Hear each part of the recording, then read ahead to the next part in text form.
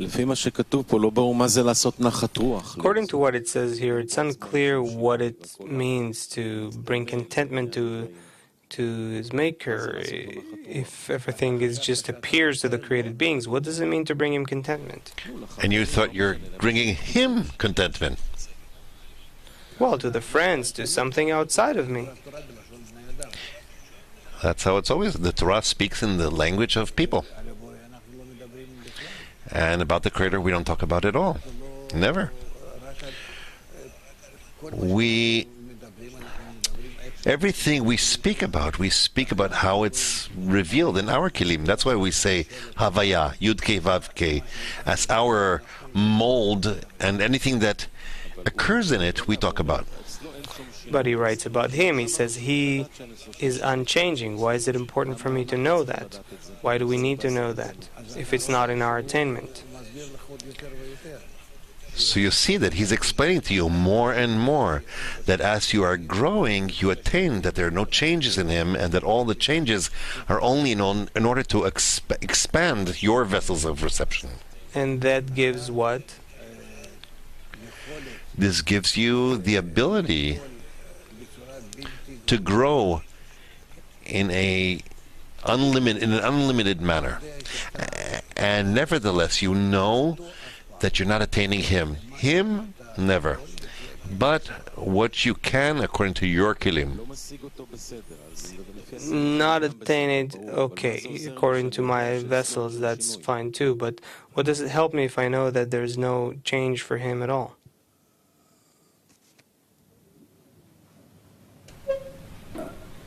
If you depict yourself to yourself that in the Creator there are changes according to the changes in you, then you attain him not in a whole manner.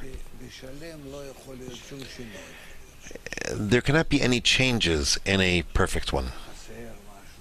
In something that's whole, something that would be lacking before and later. There's no such thing in the Creator. It's absolute.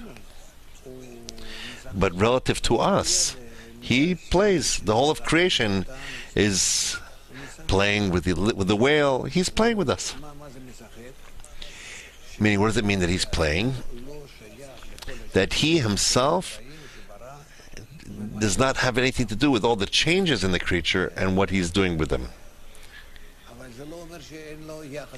But it doesn't mean that he doesn't have an attitude towards us. He does. Is there love? Yes, there is.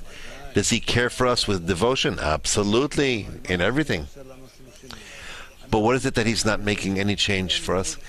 What we mean is that there are no change in him, meaning he's differentiated from us, that he doesn't receive it. No, he receives and feels even more than we do, because that's the holy, complete Shekhinah. But the changes,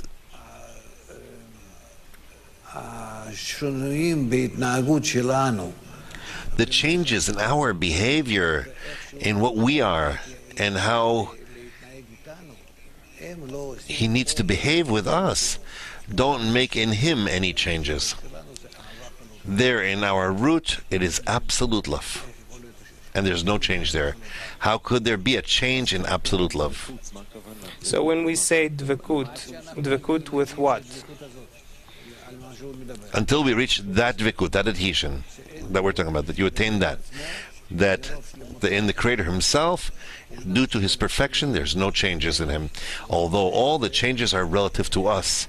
And he does that, and in a lesser degree than his perfection, that's where all those changes occur. You feel it, you discover it.